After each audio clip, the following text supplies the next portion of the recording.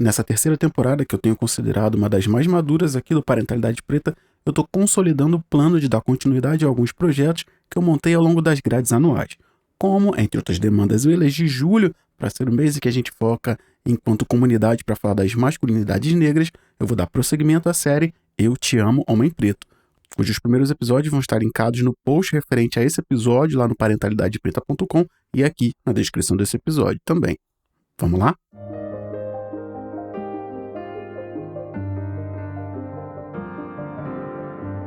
Eu vou mudar um pouco o formato da produção que eu construí para esse episódio e para o próximo, com uma cara mais de documentário, com entrevistas, do que uma montagem histórica, como eu costumo fazer. Inclusive me diz aí nos comentários o que você achou, deixa aí embaixo pra gente saber se está indo pelo caminho certo.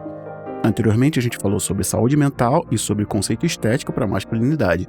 Eu procurei trazer um pouco mais de pluralidade para essa narrativa, trazendo algumas coisas que vão de encontro e ao encontro de conceitos estéticos pré-estabelecidos, contestando os mesmos, e passamos também pela construção de um debate sólido sobre saúde mental do homem negro, passando por alguns preconceitos e algumas faltas de entendimento que fizeram com que o nosso convidado da época não entendesse o que estava acontecendo com ele até ele precisar de ajuda de fato, entendesse que ele estava em um processo de adoecimento mental.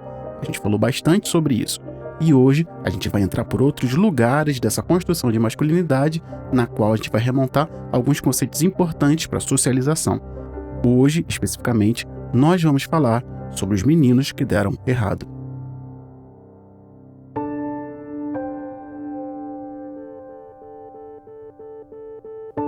Cruzando rapidamente alguns dados que eu consegui via internet, eu pude fazer um panorama rápido sobre os meninos que estão em privação de liberdade, que são o tema da nossa troca de hoje.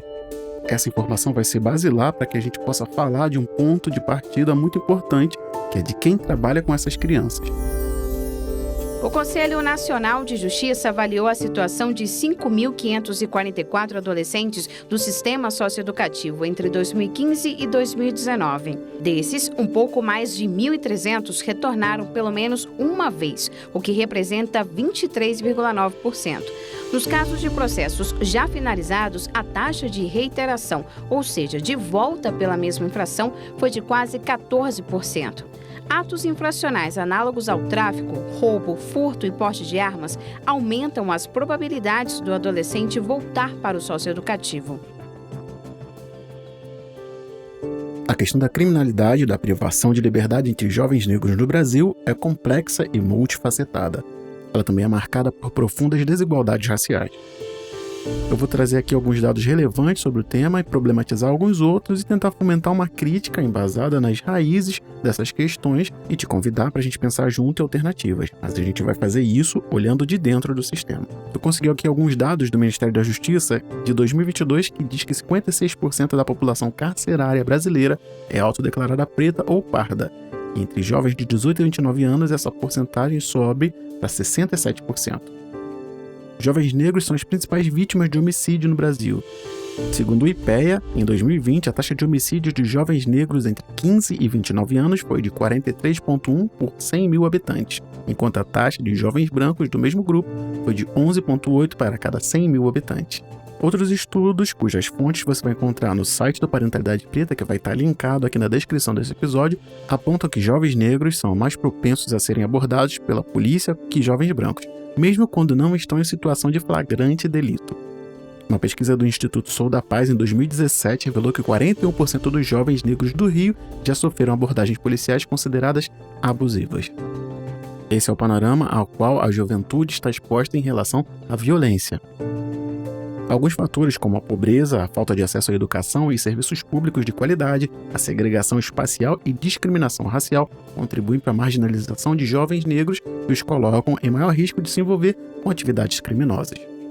A necessidade e a oferta de ascensão social, ainda que no meio onde vive, faz com que muitos jovens optem pelo crime. Fica óbvio, inclusive, que relatos como esse de uma obra de arte do Racionais não te pareçam tão impossíveis. Comecei a usar para esquecer dos problemas. Fugi de casa. Meu pai chegava bêbado e me batia muito. Eu queria sair dessa vida. Meu sonho é estudar, ter uma casa, uma família. Se eu fosse mágico, não existia droga, nem fome e nem polícia. adolescentes negros são mais propensos a receber medidas socioeducativas privativas de liberdade do que adolescentes brancos por infrações de menor gravidade. Um estudo do Ministério da Justiça de 2019 constatou que adolescentes negros representam 63% dos internados por tráfico de drogas, enquanto os brancos apresentam apenas 27%. Inclusive, dentro desse recorte, você pode muito bem considerar que a quantidade de drogas necessária para que um adolescente seja considerado criminoso é bem diferente dependendo da cor. E eu vou ressaltar aqui novamente que, em 2020, 52,4% dos adolescentes em unidades socioeducativas do Brasil se autodeclararam pretos ou pardos. As unidades socioeducativas brasileiras frequentemente apresentam condições precárias como superlotação, violência e falta de acesso à educação e profissionalização. E essa realidade é ainda mais grave para os adolescentes negros, que são os mais vulneráveis à violação de seus direitos. Mas você já parou para pensar o que acontece depois disso tudo? É sobre isso que nós vamos conversar na terceira parte do projeto Eu Te Amo, Homem Preto. Ô Diego, tô aqui feliz pra caramba com a oportunidade. Cara, você não sabe como você me deixou feliz no convite e na execução. Cara, você é magistral na arte de conduzir o podcast, conduzir o Parentalidade. Como eu me senti bem, sabe? Essa foi a mensagem que eu recebi do nosso convidado logo depois que a gente terminou a gravação desse episódio que você vai ouvir hoje. Tava com receio de tudo, que é uma primeira vez, e você deixou muito livre, né? A gente pode conversar sobre tudo, a gente pode falar sobre coisas, a gente pode tocar em muitas coisas. E a forma com que você conduz é de uma dignidade que dá a gente, sabe?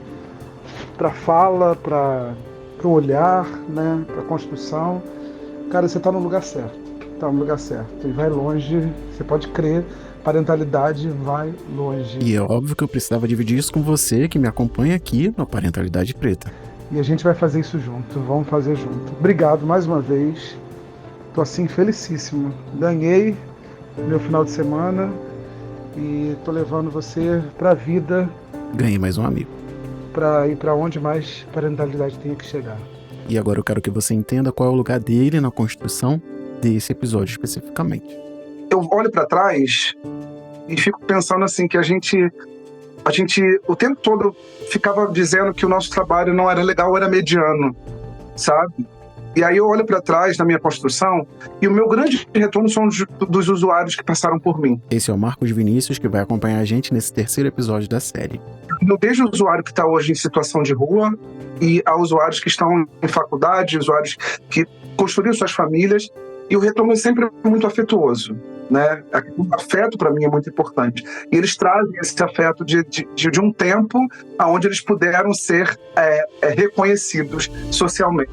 Então isso para mim é muito legal. E aí a gente precisa, quanto a população preta, como homens pretos, como criadores dos nossos próprios trabalhos, a gente não entende o que a gente está fazendo, as nossas condições. E a gente esquece disso porque a gente acha muito natural, por conta dessa estrutura toda que é construída, a gente dizer que a gente está fazendo alguma coisa. Não está fazendo, está fazendo uma coisa muito legal, sabe? E a gente precisa dizer para as pessoas isso. Eu acho que a gente reproduz o passado, né? Eu acho que quando a gente está trabalhando, como a gente vem trabalhando muito isso, né? E o nosso letramento ele já passou por uma outra fase, né? Que agora a gente está querendo saber muito mais sobre nós do que a gente saber da história que foi contada para a gente. Então esse lugar nos leva a esse beabá inicial que foi contado para a gente lá atrás, né? E aí, eu acho que é o mesmo papo que eu bati com você. Comecei lá, né, no início. Eu trabalhei numa empresa durante 27 anos. Eu fui desligado dessa empresa ano passado, né? Para mim foi um desligamento muito doloroso. A empresa passou por um processo de falência e ainda continua com o processo de falência. E ao mesmo tempo, eu era um dos únicos profissionais pretos que tinha na gestão, né? Isso, as minhas ideias sempre eram boicotadas, ou então eu precisava de alguma coisa sempre para estar... Falta isso, né? Acho que não, ainda não, sabe? Então eu passei, 20 anos falando a mesma coisa, né? E aí, assim, naquele momento não doía, né? Porque aí até essa organização, ou então ele se fragilizava diante do salário, da história, dos amigos que tinham em volta. Mas saindo, isso causa uma dor tão grande, no sentido de que, assim, a validação do meu trabalho precisa ser sempre através da minha cor mesmo. É através da qualidade do meu trabalho. A qualidade do meu trabalho era utilizada porque, na verdade, eu participava da execução. Então, era a melhor qualidade sempre, né? Mas, assim, para chegar aonde eu poderia chegar, eu teria que ser uma outra pessoa e não a pessoa que eu sou. Então, isso é um atravessamento também. Eu acho que esses atravessamentos, eu ouço muito dos meninos isso, sabe? E é nesse ponto que a gente começa a conectar as histórias para que você consiga perceber isso de uma maneira mais ampla e geral. Os meninos falam desse atravessamento o tempo todo. O que a gente faz lá no projeto, o projeto é um projeto de educação não formal, antirracista, e que a gente tenta construir com esses jovens, esses adolescentes, o letramento racial, deles se conhecerem quem eles são, né? Esse eu que fica perdido em algum lugar, essa percepção de que aquele espaço está sempre cheio deles, né? E assim, tem uma ou outra figura que não são iguais a eles, e que eles possam repensar isso ao sair de lá. Aí uma pergunta que eu ouvi outro dia: mas você acha que seu trabalho dá certo? Né? Porque, na verdade, eu não trabalho só na internação, que eu trabalho com os mesmos adolescentes. Eu estou na internação há um mês, então há um mês que eu estou com os mesmos adolescentes. Nas provisórias, né, que são quando os meninos têm que ficar 21 dias, né, eu encontro com um grupo hoje, amanhã, na outra semana, eu vou encontrar com outro grupo, né, e por aí vai. Eu sei, mas são só 2 horas que você fica com eles ali. Mas essas 2 horas, alguma coisa está sendo discutida ali. Eu queria muito que você acompanhasse essa conversa e entendesse que a partir de alguns pontos criam-se perspectivas para que haja mudanças no futuro. E talvez a gente nem esteja aqui para colher esses frutos, mas eles estão sendo plantados, isso eu tenho certeza. E aí eu me orgulho muito dos conteúdos que eu programo. Meus conteúdos são sempre trabalhados com... A gente tem uma verba muito curta, que é a verba para pagar os educadores, que não são tantos, somos 3 educadores, a gestora, mais 2 educadores. E o material que a gente utiliza é sempre o material que a gente compra, esse material, através da verba do projeto. E a gente utiliza muito material reciclado que está dentro da proposta do projeto também. Né? Que trabalhar com a questão do meio ambiente é muito importante. Então eu uso muito papelão, eu uso muito material que tem aqui em casa. Por exemplo, eu compro muito iogurte de pote, eu uso muito pote de iogurte. Então eu vou criando isso. O último trabalho que eu criei foi... a gente está falando do samba. Esse ano a gente tocou no samba para falar do samba. A gente começou com Tia Seata, apresentando Tia Seata para eles. Nunca tinham ouvido falar de Tia Seata. A figura da Tia Seata remete a eles uma coisa animalesca ainda. É muito interessante isso. Por conta do formato do cabelo, por conta da roupa que ela usa. E a gente trabalha essa desconstrução mesmo, né? De que foi o que eles ouviram. E agora, a última que eu apresentei agora foi do Nivone Lara. E é muito interessante a gente levar para um grupo de adolescentes que fala que a música é música de velho. Eu ouvi os primeiros acordes de Sonho Meu. E aí, depois que a gente vai ler a música Sonho Meu com eles, eles começam a ficar mais introspectivos, mais em silêncio. Eles vão entendendo que elas estavam num sonho, e o Sonho Meu tem muito dessa solidão, ou dessa sofreguidão que eles vivem dentro dos alojamentos, né? Porque, na verdade, eles saem do alojamento para fazer as atividades diárias. E a escola, atendimento técnico, ao médico, ou um curso, e eles voltam para o alojamento. Então, a maior parte do tempo é no alojamento, junto com outro adolescente, e pensando na vida que está aqui fora. E o Sonho Meu fala um pouco disso, vai buscar quem mora longe, né? A madrugada vazia só me traz melancolia. E eles queriam saber o que era melancolia. E a gente tem que explicar o que é melancolia para eles entenderem. Isso gera um monte de turbilhões. E aí eu escolhessem 3 frases para escrever frases. E aí eu ver coisas remetendo à família, ao afeto, à possibilidade. Isso é construção.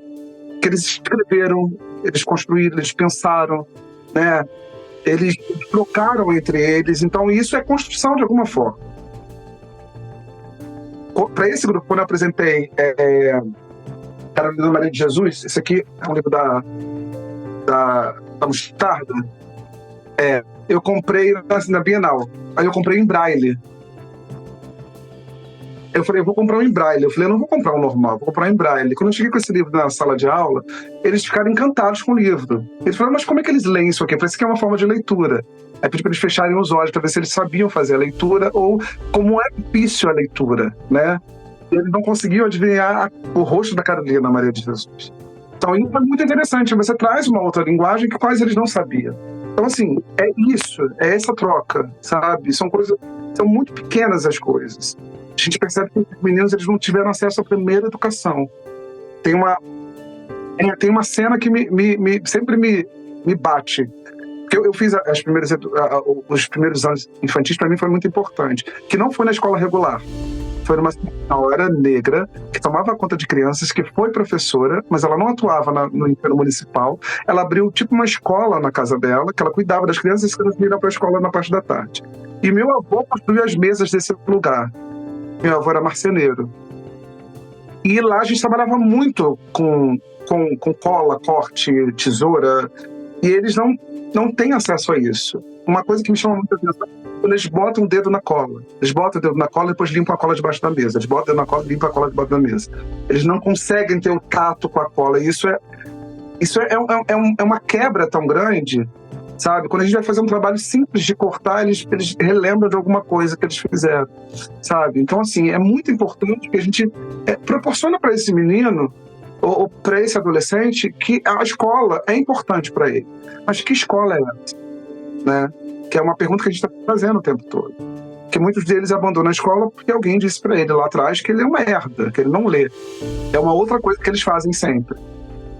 Quem sabe ler? Quem sabe ler? Eu não sei ler. Aí eu jogo o papel em cima da mesa e daqui a pouco eu tô vendo a pessoa lendo. Aí quando você disse que não sabe ler, ele falou, não sei ler igual você. Eu falei, mas ninguém lê igual. Aí eu tropeço ainda. Eu falei, mas tropeçar é saber ler. Então alguém disse para ele lá atrás que ele não sabe ler. Então isso é muito ruim. Você vai trazendo naquele corpo esse adolescente negro, né? Que a grande maioria, eu tô falando de adolescente negro porque a grande maioria são os meninos negros que são excluídos. Né? Que ele não sabe ler, que ele não sabe falar, que ele não sabe escrever. E aí, assim, essas deficiências muitas vezes são por conta da fome.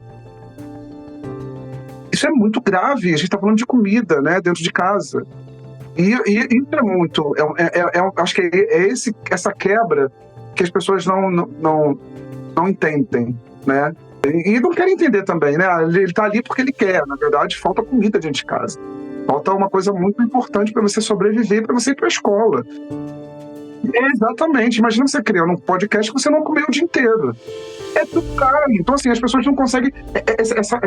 Essa simples matemática de que, assim, eu sobrevivo com comida, você sobrevive com comida e o outro também sobrevive com comida. Então, assim, e esse olhar para o menino negro, ele está sempre no olhar do periférico, do perigoso, né? Eles falam sempre assim, né? Outro dia, uma educadora que dá aula de manhã, e ela ficou no horário da tarde, por acaso, conversando com a gente, ela foi embora e falou assim, por que ela não ficou? Aí ela falou assim, porque ela tinha um compromisso, ela ficou com medo da gente. Alguém falou pra ela que a gente é muito perigoso. Eu falei, vocês são muito perigosos, são perigosos demais. Eu falei, não, ela foi embora porque ela tinha um compromisso, senão ela ficaria aqui. Mas esse pensamento do muito perigoso, sabe? Tá sempre no corpo desse garoto. E isso que eu acho muito preocupante.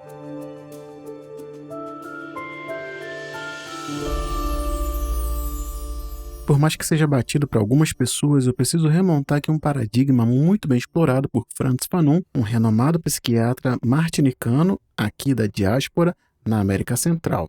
E ele diz o seguinte: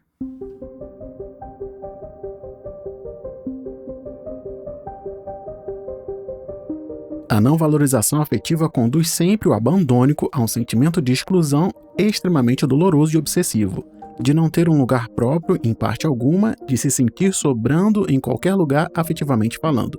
Ser o outro é uma expressão que encontrei várias vezes na linguagem dos abandônicos. Ser o outro é sentir sempre em posição instável, permanecer na expectativa pronto para ser repudiado e ir fazendo tudo quanto é inconscientemente necessário para que a catástrofe previsível se produza. não se pode avaliar suficientemente a intensidade do sofrimento que acompanha tais estados de abandono. Sofrimento que é ligado, em parte, às primeiras experiências de exclusão da infância e faz revivê-las com toda a acuidade. E eu não posso deixar de acrescentar aqui a importância de se colocar o cenário no qual a sociedade está pronta para encaixar um homem negro desde que ele é um menino. Desde quando...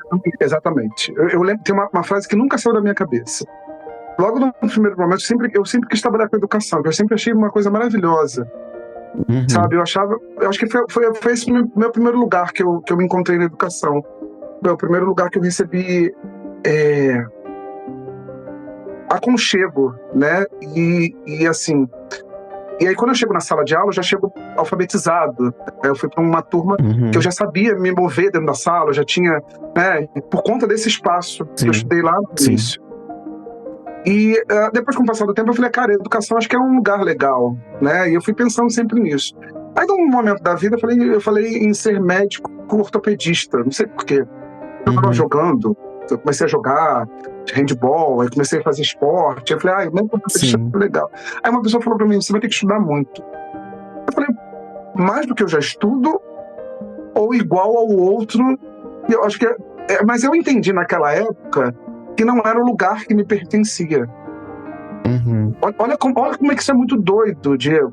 Eu tinha 14 ou 15 anos. Eu entendi aquele lugar. Quando ela falou assim, você vai ter que estudar muito, eu falei que não é um lugar que não me pertence. E aí, quando ela fala isso hoje até bate na minha cabeça o tempo todo. Tá aqui hoje, a gente tá falando sobre isso agora. E aí, assim, quando ela falou isso, eu falei assim, gente, é um lugar que não me pertence. Né? E aí eu fiquei pensando naquilo o tempo todo, mas graças aos orixás e tudo mais que me guia, eu fui para a área de educação, eu fiquei aquela área que eu me encanto demais, né? E aí, assim, mas é isso que é perturbador, que eu acho que é perturbador. Quando você já impõe que aquilo ali é isso, né? Ele já cresceu assim, não cresceu assim. Sim, não cresceu. É muito... A palavra, acho que mais se encaixa dentro disso, dessa dinâmica que você está retratando, para falar um pouco da dinâmica na qual você está inserido, é essa definitiva, não no sentido de que acabou, mas nada de que define, né? Quando fala, você vai ter que estudar muito. Tá, a gente sabe que para determinadas pessoas isso não é um problema que impede, isso não é impeditivo, mas quando alguém chega para você que talvez não tenha uma visão tão ampliada do mundo, você vai ter que estudar muito. Imagina se você já tem para si, e é o que a gente vê acontecendo bastante, assim, eu não sou inteligente. Então, quando você junta o A com B e alguém que tá te falando que você não é inteligente, uma sociedade na qual está te mostrando que você não tem potencial para inteligência, e alguém chega para falar para você que você vai ter que estudar muito, você fala assim, entendi que não é para mim. Eu acho que isso, em certas instâncias, aconteceu com todo mundo. Isso aconteceu comigo, isso acontece comigo.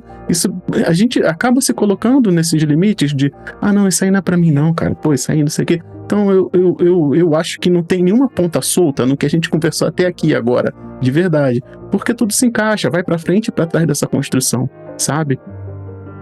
E é muito importante pra gente contextualizar essa troca que a gente tá se dispondo a fazer hoje, porque entra exatamente nisso, em criação de perspectivas, em criação de futuros possíveis, né? E a gente falando da realidade na qual estão inseridos todos os meninos de uma forma ou de outra. Então, quando a gente fala da internação, quando a gente fala do contexto no qual eles estão inseridos, a gente está também tirando uma das possibilidades, que é muito plausível, se o sistema funcionar tal qual ele não deveria, é muito possível para qualquer menino que, enfim, isso a gente pode ir desenvolvendo mais à frente. Se não tiver nenhum problema para você, a gente pode começar. Podemos começar, então. Eu sou Diego, pai de Benjamin, Aurora e esposa de Tatiane, que está com as crianças agora para que eu possa produzir esse episódio, e esse é o podcast Parenta. O meu objetivo aqui é segurar na sua mão para que a gente caminhe juntos em direção a uma parentalidade preta mais forte e mais potente, que potencialize a nós e as nossas crias. E para isso, a gente vai falar de ancestralidade, pretitude e parentalidades pretas.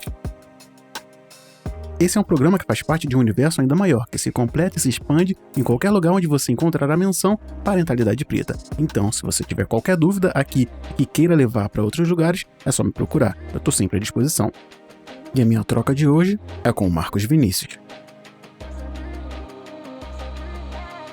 Eu sou Diego, sou um homem negro de pele não retinta, tô com um boné preto, um fone preto, bigode, uma camisa preta, atrás de mim alguns livros e umas luzes, e é isso. Eu sou Marcos Vinícius, sou um homem de pele retinta, estou usando óculos, uma blusa amarela, atrás de mim tem os livros, discos, um disco não, tem CDs, tem umas coisas que eu gosto muito aqui atrás. Maravilha. E quem é o Marcos Vinícius que veio conversar aqui com a gente hoje? O Marcos Vinícius que veio conversar aqui hoje, Diego, é o Marcos educador, é o Marcos que trabalha com justiça social, é o Marcos que ainda está se conhecendo e se reconhecendo nesse espaço, para uma construção de uma possibilidade. Maravilha. Bom, então a gente vai para o intervalo rapidinho e a gente já volta.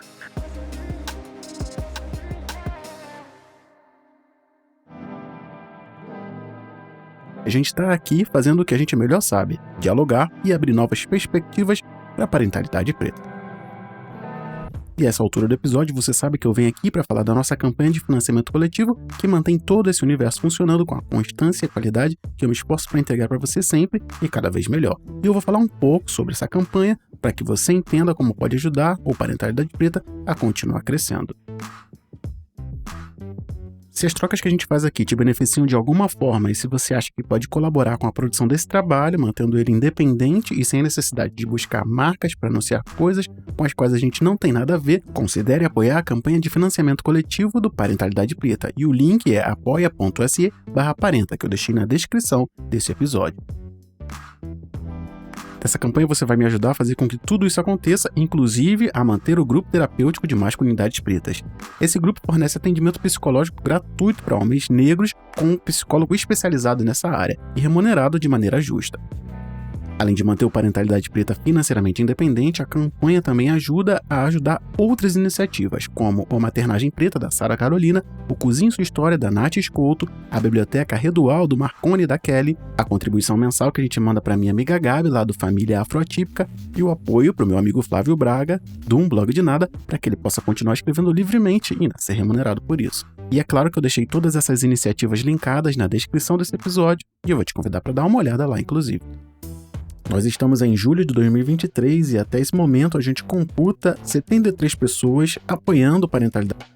A gente tem uma meta inicial de 500 apoiadores para a gente conseguir aumentar a amplitude desse trabalho e atacar em várias frentes, criando mais grupos, inclusive. Quem sabe esse não é o mês que você separou para apoiar o Parentalidade. E se você é um homem negro ou um homem preto e quer entrar para o grupo fechado do Parentalidade Preta, é muito simples. Basta você estar em dia com a escuta do podcast, por uma questão de alinhamento, e participar de algum dos nossos eventos mensais online gratuitos. A gente tem a Roda de Paternidades Pretas e o encontro do Grupo Terapêutico Masculinidades Pretas com o psicólogo Alisson Barbosa, responsável por esse acolhimento que precisa de um profissional. Então fica de olho nos feeds das redes sociais, porque mensalmente eu divulgo esses eventos e te convido para participar com a gente. Ele é totalmente grátis e mantido por uma comunidade engajada e comprometida, que são os apoiadores do Parentalidade Preta. E esse pessoal ainda recebe exclusivamente toda semana materiais que falam sobre grandes personalidades, grandes reinos africanos e muito mais.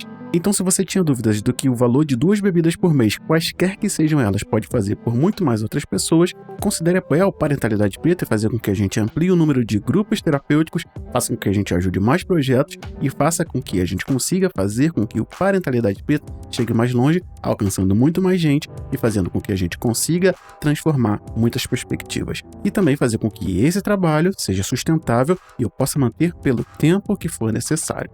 Terminados os recados, a gente vai agora para a segunda parte do nosso episódio com essa mudança dessa trilha sonora maravilhosa que a Castel cedeu aqui para ambientar nossas trocas, e hoje a gente vai conversar com meu querido amigo Marcos Vinícius aqui no podcast 40 do Parentalidade. Bom, então a gente volta agora do nosso intervalo e eu queria saber direto de você, Marcos Vinícius, nas suas palavras, o que é a masculinidade negra? Assim, Diego, masculinidade negra eu acho que é um autoconhecimento diário. Porque a gente teve tantos entraves, né?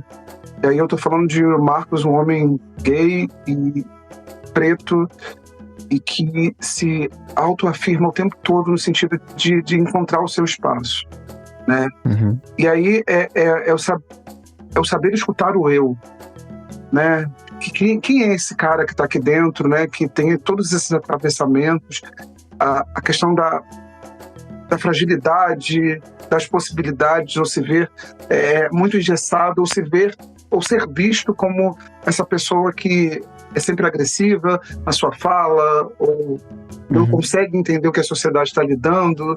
E aí, assim, eu acho que é um reconhecimento diário, da gente tentar entender o que a gente tem da gente que precisa ser dito diariamente. Não, é isso mesmo, assim, quer dizer, é isso mesmo não, eu concordo, porque entra muito nesse, falar que é isso mesmo é ser bem definitivo, eu não quero ser muito pelo contrário, mas pensar, né, que talvez a gente em alguns momentos se veja e viva em necessidades de provações, né, provar o seu valor, mostrar o seu valor, mostrar que de fato tem uma pessoa ali, né, eu acho que isso não é nem motivo de orgulho, eu acho que isso é um motivo de preocupação, né? Caramba, eu tenho que ficar o tempo inteiro me provando. A gente tem que estar se provando e outra coisa. E eu acho que o eu sou não ser escutado, acho que é muito difícil, né? E aí, além de se provar, você tem que trabalhar o eu sou. Não, eu sou isso, mas eu tenho que provar pro outro que eu sou isso. É uma loucura tremenda, que você fica o dia inteiro, será que é isso? Será que é aquilo? Mas aí eu tenho a construção, né, de não ser entendido como uma pessoa agressiva, como alguma coisa é falada para mim, que eu estou me posicionando, né, a própria masculinidade que me agrava de alguns sentidos que foram construídos para mim, né, então assim, você é forte, você precisa ser másculo, você precisa entrar de peito nas brigas, né? Então, assim, esses lugares, por que eu preciso ser isso? Essa discussão que eu faço todo dia. Né? E aí a gente precisa, o tempo todo, estar nesse atravessamento, né? Nesse bate, e a gente volta lá no quem eu sou. Se a gente perder, acho que quando a gente perde essa linha, a gente perde essa possibilidade de mudança, de troca, de dizer assim, não é mais isso, eu estou construindo um outro espaço. Sim, verdade. Acho que é uma frase também que eu gosto muito de usar e muito falar e muito afirmar, infelizmente, né? Acabei tendo que gostar de afirmar, que é isso assim, não, beleza, mas eu não sou isso aí não. Não sou. É isso mesmo. Não sou, não. Eu não sou isso aí, não. Ah, mas você é homem, não, beleza, mas eu não sou. Mas eu não sou isso. Não, mas e aí você tem que ficar afirmando o tempo todo, mas eu não sou. Aí você volta no que você falou ali, pô, mas eu tô me posicionando só, aí você é o agressivo. Não, cara, não sou exatamente, isso aí, é exatamente isso. Aí você é o agressivo, aí você tá dentro da masculinidade ou dentro da postura do homem negro que é já propriamente dita. O homem negro é agressivo, cara de alguma coisa, ele tem jeito de alguma coisa. Aí todo homem negro precisa ter o falo muito grande, ele precisa ser muito bom de cama, ele tem sempre hipersexualizado, né? Porque eu acho que a gente esbarra também nisso, Diego, isso é uma coisa muito importante. Durante um tempo, a sexualização dos nossos corpos, elas foram ditas de formas bem claras. E aí, acho que com as nossas aceitações, né, que a gente tem as nossas aceitações e as nossas disposições que foram criadas pela própria sociedade, né? O seu nariz é muito grande, a sua boca é muito grande, esse cabelo não cabe em você, você não pode botar barba. E aí, quando a gente começa a criar que nós somos individuais e eu quero estar desta forma porque eu me sinto bem dessa forma, não obrigatoriamente, os nossos corpos começam a ser mais sexualizados ainda ou entram na moda, né? E aí você precisa ter aquele corpo que todo mundo tem. E isso também é um grande conflito, né? Eu acho que esse é um grande conflito também, que quando você não está dentro daquele modelo que as pessoas querem que você seja. Sim. Atender a mais um padrão, entrar em mais uma subjetividade ali, né? É difícil porque só eu que tenho que ser igual a todo mundo, né? Todo mundo pode ser autêntico, mas a gente não. Você só tem esse valor aqui. Se você for desse jeito, assim, assado, realmente é muito profundo sempre, sabe? Eu acho que é isso, né? Não dá pra gente, inclusive, ser definitivo em relação ao que é, porque ela leva em consideração tantas coisas, né? A construção da masculinidade, e tem tanta coisa pra deturpar também, como você trouxe esse exemplo agora, tipo, não, eu não quero ser o viril, eu não quero ser o másculo ao extremo, eu não quero ter esse corpo desse jeito, eu não quero, tipo assim, pô, demorou tanto tempo pra eu poder me aceitar, ver beleza em mim, do jeito que eu sou, e agora, pô, de novo. Dessa forma, né? A gente fica, eu acho que beira um pouco essa insanidade, sabe? Assim, e aí as pessoas começam a dizer de que forma, para onde você tem que tender, né? É porque o seu corpo, acho que você podia ter assim, isso, aquilo, aquilo outro. Sim. Esse é um papo que eu não bato com ninguém. Eu não quero que ninguém interfira naquilo que eu quero, com o meu corpo. Eu vou decidir, né? Eu vou decidir um papo que, assim, que me leva a um lugar que é de rompimento mesmo. Não aceito esse tipo de... essa negociação. Porque, na verdade, aí tem muito do aspecto do que o outro tende do seu corpo. Isso, historicamente, se você for pensar, né, os negros eram viris para isso, os negros tinham que ter as mãos fortes para aquilo, né? E aí a gente mexe num lugar muito, muito delicado, né? Eu acho que, muito. Acho que isso tem que ser uma coisa natural de cada um e individual. É um limite que eu acho que a gente precisa normalizar o estabelecimento desses limites de verdade, assim. Lá no trabalho, inclusive, o pessoal gosta muito de fazer essas brincadeiras, né, com o corpo de fulano, não sei o que, essa barriga de cerveja, não sei o que e tal, não sei o que, e eu sempre vou me saindo das conversas, né, quando chega aí... aí chega, às vezes tu tá na mesa, e aí chega, e aí, pô, fulano, não sei o que, eu falo assim, aí é a hora de ser aí você vira o chato, né, assim, cara, olha só, você nunca me viu brincando com o corpo de ninguém, eu não gosto de brincadeira, eu ainda tento levar, eu não gosto de brincadeira com o corpinho do colega, eu tento falar alguma coisa desse tipo assim, porque eu não gosto, porque é um lugar que eu não sustento brincadeira assim, eu vou pra todos os meus traumas e estigmas, então eu já não aguento, então eu não brinco porque de fato é aquele cara assim, fulano não aceita brincadeira, eu não aguento, eu perco a linha mesmo, porque eu tenho muita coisa da minha subjetividade que é construída em cima disso, então eu não brinco, porque eu sei que eu não sustento, e eu também não acho certo brincar quando a gente fala pro corpo, porque a gente fala de tudo. Quando você fala do corpo, é o recipiente que tá aquela pessoa. Como é que você vai simplesmente chegar e se sentir no direito de falar do que comporta aquela subjetividade, sabe? Eu acho tão invasivo, e eu acho invasivo demais quando as pessoas se dão a esse direito, né? E a gente ouve isso em casa, a gente ouve isso quando é pequeno em casa, você ouve isso na rua, você ouve do colega, você ouve, você tá muito gordo, você tá muito magro, você tá muito... Muito pra quem? Muito pra quê? Que? Como? Aonde? Sabe? Esse tipo de coisa. Isso mesmo. Mas você tocou no ponto certo. E como... eu acho que a exposição do homem preto, ela ficou... ela está naturalizada e aí nós começamos a perceber, isso veio de nós. Os nossos corpos, as nossas feições são bonitas. E a gente começou a se olhar. Eu acho que isso é muito importante. Uma coisa que eu trago muito para os meninos, né, que eles são muito bonitos, que eles precisam olhar, eles não têm o uso do espelho na unidade. E aí eu levo um espelho para que eles se vejam. Às vezes estão 21 dias sem se ver no espelho. Aí vem o cabelo crescer, vem o bigode crescer. E aí eles contam das vaidades que eles têm lá fora para se aproximar do ídolo. Né? E começa a entender o que é isso, né? Que é um padrão que a gente se impõe, que tem que ser daquela forma, né? E aí, isso, eu acho que é aí mesmo. E aí a sociedade começa a nos ver como potencial utilização pública, né? Fulano, olha, fulano de dread é muito viril. Fulano que tem a cabeça raspada, nossa, lembra alguma coisa. Então, tem esses lugares que eu acho que são muito perigosos. Se a gente não souber lidar, eu não sei lidar com isso, né? Então, acho que é muito perigoso. Quem sabe lidar, beleza, tá sabendo lidar, tá sabendo se comportar com isso. Verdade. Eu acho que tem esse caminho também, né? A gente sabe lidar com isso. Eu não sei lidar com isso. Verdade. E eu acho que é muito honesto a gente dizer, né? Falar que não sabe. Cara, não sei lidar. Se vem uma pessoa que fala do meu corpo, eu não sei, não gosto. Assim, às vezes nem de elogio, sabe? Eu acho invasivo, sabe? Eu acho invasivo. Porque eu cresci sendo invadido pela... Isso eu não preciso esconder. Eu cresci sendo invadido pela minha mãe, falando que eu tava gordo demais, que tinha que fazer um negócio que... Pô, não, calma aí. Eu passei a vida inteira com ela tentando me emagrecer. E aí depois eu tenho que me aceitar.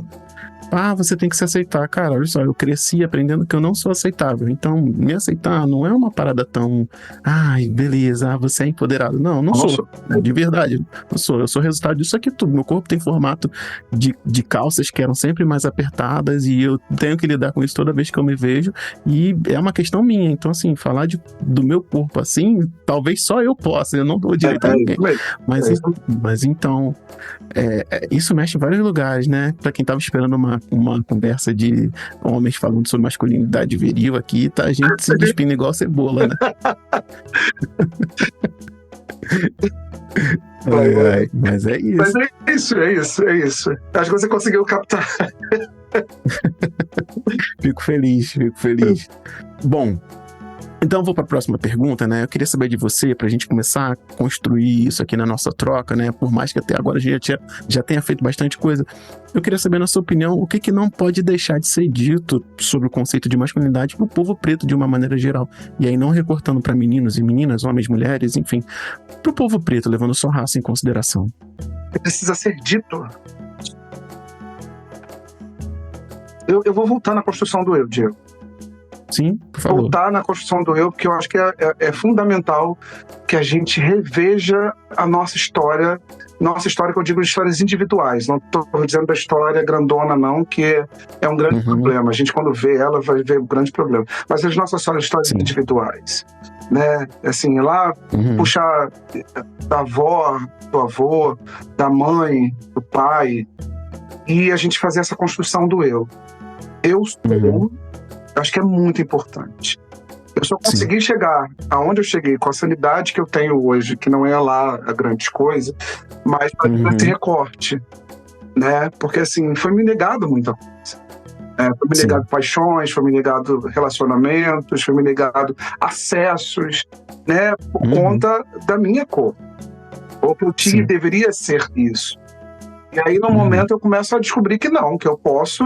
Primeiro, eu tenho que descobrir isso aqui que eu tenho dentro de mim. Quais são as minhas vontades, quais são as minhas necessidades, para que lugar eu posso ir, como é que era a minha história lá atrás, o que eu tenho que transformar nessa história, ou construir nessa história que seja diferente daqueles que vieram antes de mim. Né? Então, a construção do eu sou, eu acho que é um trabalho, não é fácil, eu acho que não é uma coisa muito fácil. Aí eu vejo aí... trabalho, que eu acho que é o minha grande vitrine,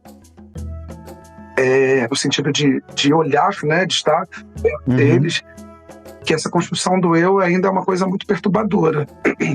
Sim. A referência lá atrás é como se tivesse uma estaca.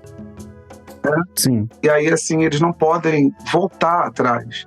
Eles estão nadando em mar aberto, mas se voltar para trás, você bate naquela estaca, você volta. Assim.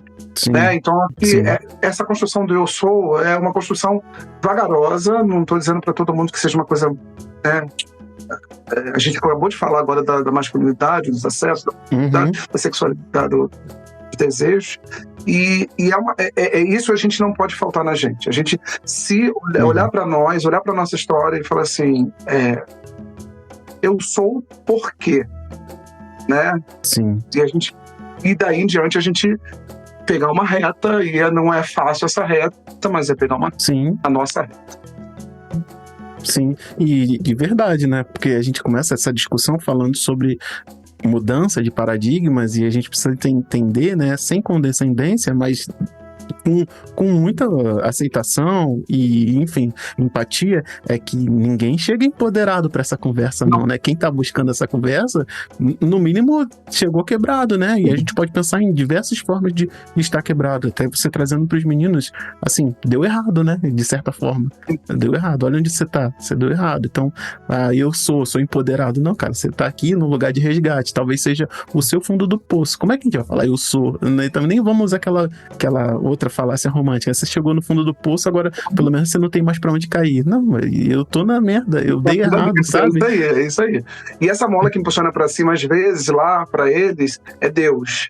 É um Deus neopentecostal sempre, tá? Sim. Que tá ali, ele tá ali porque Deus quis. Eu falo pra ele, não, Deus não quer isso. Não, Deus certamente não quer isso.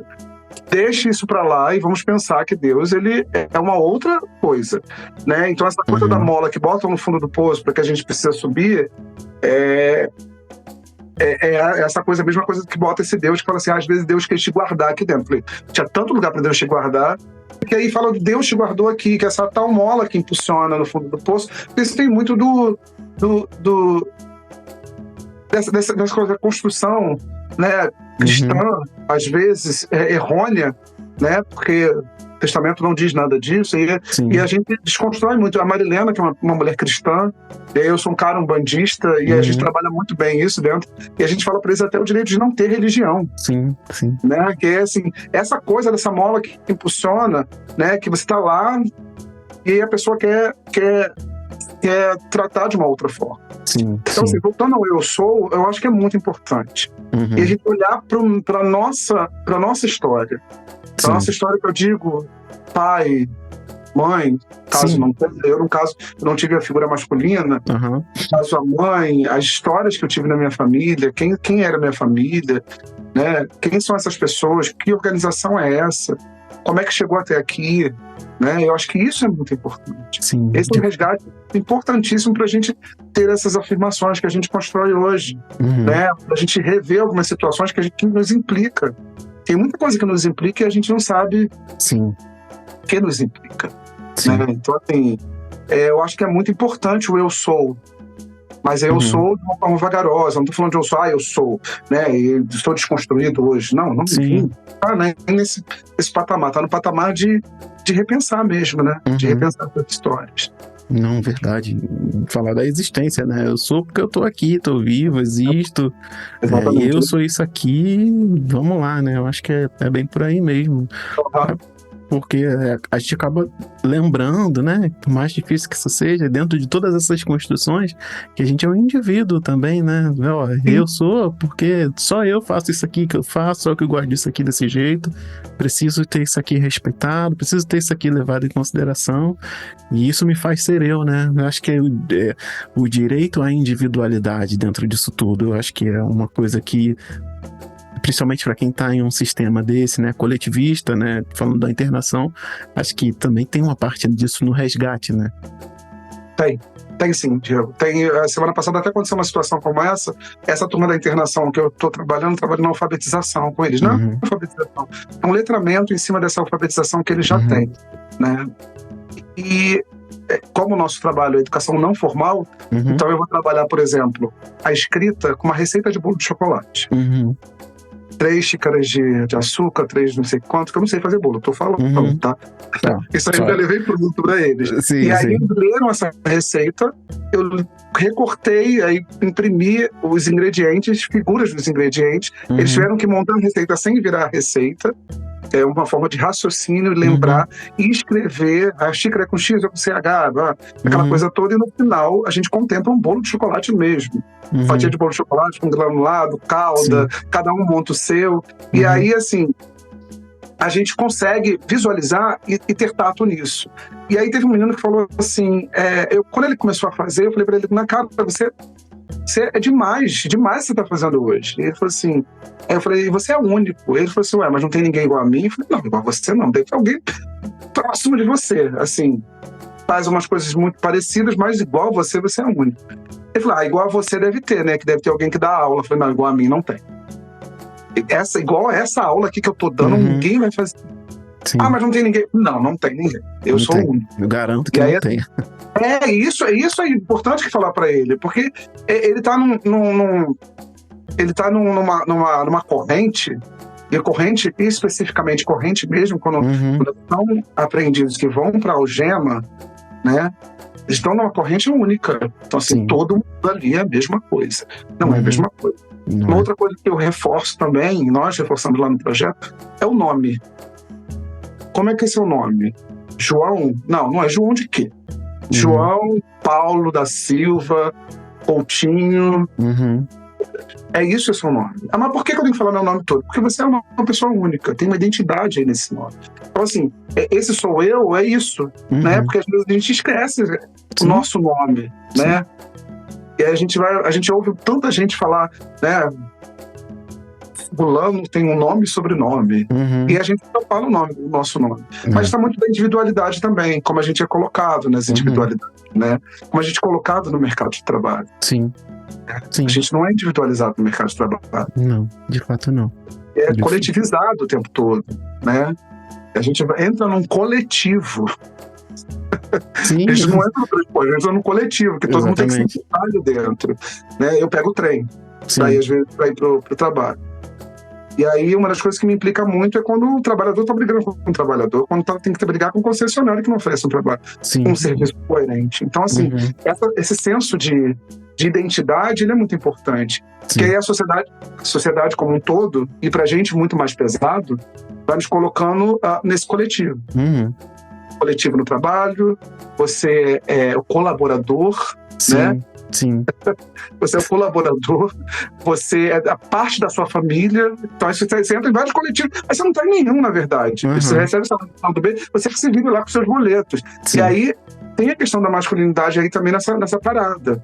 É que quando o homem recebe isso, de que forma ele relê essa informação? Aí eu estou falando da minha história, sou um homem solteiro. Né? Mas aí quando você pensa nos homens casados, ou os homens que têm filhos, que têm que dar pensão, né? Então, assim, toda uma amplitude aí de falas. De verdade. Bom, vou para a próxima pergunta aqui. Eu queria que você falasse aqui, eu vou emendar duas perguntas em uma, para a gente já fazer um panorama aqui, até para contextualizar as pessoas de quem é o Marcos Vinícius, que está falando com a gente também dentro disso tudo, né? Então eu queria queria que você falasse um pouco para a gente que está aqui agora, um pouco da sua experiência enquanto jovem negro e um pouco da sua experiência atual, no que você trabalha, em contato com jovens negros, para a gente voltar a contextualizar isso aqui tudo. Tá. Você já fez a pergunta, é isso? Já. Tá perguntado. Então, como jovem negro, Diego, eu tive alguns atravessamentos, assim. Quase nenhum jovem negro tem, né? Então... Quase nenhum jovem negro tem. Eu acho que eu era um dos poucos meninos negros da rua onde eu morava. E aí eu já era perceptível que eu era um menino gay, né? E aí isso pra mim era um sofrimento muito grande, porque eu era agredido pelos outros meninos, alguns meninos eu era agredido, e em algum momento pra mim o espaço da rua, que pra mim era tão interessante, tão importante, eu tinha que limitar aquele espaço. Mas eu tenho amigos ainda que são os meus amigos de infância que me protegiam demais, né, nesse sentido. Até a hora que eu fiz a virada da chave, aí eu me torno uma pessoa agressiva, né? Que aí eu começo a revidar, eu me torno uma pessoa agressiva. Eu lembro de uma cena que aquele menino sempre brincava, falava umas coisas, ele era mais novo do que eu, mas ele ia na onda dos outros, brincava, falava. Eu estava sempre, né, com um grupo de pessoas que pensavam mais, conversavam mais, montava as brincadeiras na praça, né, tudo mais. E ele fez uma brincadeira comigo que eu não lembro qual foi a brincadeira, eu sei que não sei se ele me deu um tapa e eu corri atrás dele. Eu acho que era um corpo que estava dentro de um outro corpo. Ele correu, ele se meteu no meio de umas senhoras que estavam na praça, eu juntei ele e dei um grito nele, e as pessoas ficaram assustadas porque nunca me viram gritando, e eu falei pra ele que se ele não parasse com aquilo, eu ia arrebentar a cara dele. Eu nunca tinha falado isso. E as pessoas, eu lembro das pessoas olhando pra minha cara até hoje, dizendo pra mim assim que, pedindo calma pra mim. E eu com os olhos vermelhos, aquela coisa, e eu falando assim, as pessoas estão pedindo calma enquanto eu estou sendo agredido o tempo todo. E era aquela coisa na cabeça, você não sabe o que é. Hoje eu estou falando isso, mas naquela época eu não sabia o que era. Eu sabia que era uma coisa muito ruim para mim, e aquelas pessoas dizendo para mim que eu estava sendo agressivo. Então, assim... Aí logo em seguida eu construo uma afinidade com o esporte, tá junto de outras pessoas, e aí já tenho um reconhecimento melhor, né, quanto aos meus limites. E na escola, assim, eu não tive muitos atravessamentos na escola, não. Formação eu não tive muita coisa. No mercado de trabalho eu tive muito atravessamento, como homem, sabe? eu sempre trabalhei na área de educação, né? Então, assim, a área é muito mais feminina, né? Então, assim, aí, Sim. Então, algumas coisas, você faz muito bem, mas não dá, é por aqui, mas não, tem que ser por ali. Aí você tem que pegar a parte pesada da história, né? Sim. Assim, aí tem que mudar uma mesa de lugar, chama ele. É. Me irritando profundamente, né? Meu corpo só é lembrado assim, nesse momento, Sim. né? Vamos ter que fazer uma festa, você tem que trocar uma lâmpada. Eu não sei trocar lâmpada. Não sei trocar lâmpada, não vou aprender a trocar lâmpada, porque eu não quero aprender a trocar lâmpada. Sim. Vou andar no mercado, eu sei no mercado. Sim, eu tô falando, exatamente. Fazer comida, eu não sei. Minha mãe é uma ótima cozinheira, mas eu não aprendi a cozinhar. Então, assim, mas eu sou ótimo para organizar as coisas, né? Então, tem que organizar a casa, eu organizo a casa. Mas eu não sei. E aí eu também não quis aprender, porque as pessoas obrigavam que eu tinha que aprender. Te botavam nesse lugar, né? Ele dizia que eu tinha que fazer tudo. Né? Igual foi igual no serviço militar. Todo mundo achava que você vai ser ótimo no serviço militar. Tem o pé grande, tem a mão enorme, os braços fortes. Né? Você vai. Você lembra? Não, você não vai lembrar. Acho que você tem 30 e pouco, né? Você lembra da Guerra do Golfo? Lembro de ter estudado e algumas coisas. Eu sou da época da Guerra do Golfo. E aí eu lembro que eu tinha uns 10 ou 12 anos, acho que era uma coisa assim. E aí uma mulher, minha mãe parou de conversar com a mulher e ela já era uma criança grande. Ela falou assim: você se prepara que de repente vão te chamar, tá? Eu fiquei olhando pra cara dela. Eu falei, porra. Não, mas eu fiquei olhando pra cara dela e depois eu perguntei pra minha mãe. E aí eu perguntei pra minha mãe, eu falei, mãe, mas vão me chamar pra guerra? Aí assim, aí depois que passa um tempo, você vai ficando. Aí tem umas coisas que chegam na tua cabeça. Eu falei, gente, por que ela foi falar pra mim que eu iria pra guerra? Né? E aquilo foi me macetando até o período do exército. Eu falei, eu não quero ir pro exército. Eu não queria serviço militar. Eu não queria, que eu já estava trabalhando, na verdade. E eu falei, eu não quero ir para aquele lugar. Eu já sabia que era um lugar extremamente... essas coisas que tem, que eu não gosto. Sim. E aí eu falei, não quero ir para esse lugar. E aí, por acaso, eu não fui, porque eu não enxergo. Eu não sabia que eu não enxergava. Aí tá aí mais uma coisa que nunca foi vista por ninguém. Nunca foi vista. Eu não enxergo do olho esquerdo. Eu descobri isso com 18 anos. Sim. Eu estudei o tempo todo não enxergando do olho esquerdo. Se eu tampar esse olho aqui, eu vejo você todo embaçado. Nossa. Então, o que o oftalmologista disse para mim lá, que aconteceu? Que eu, na infância, podia ter tido dificuldade e as duas vistas se entenderam e ficou assim. Eu uso óculos, né?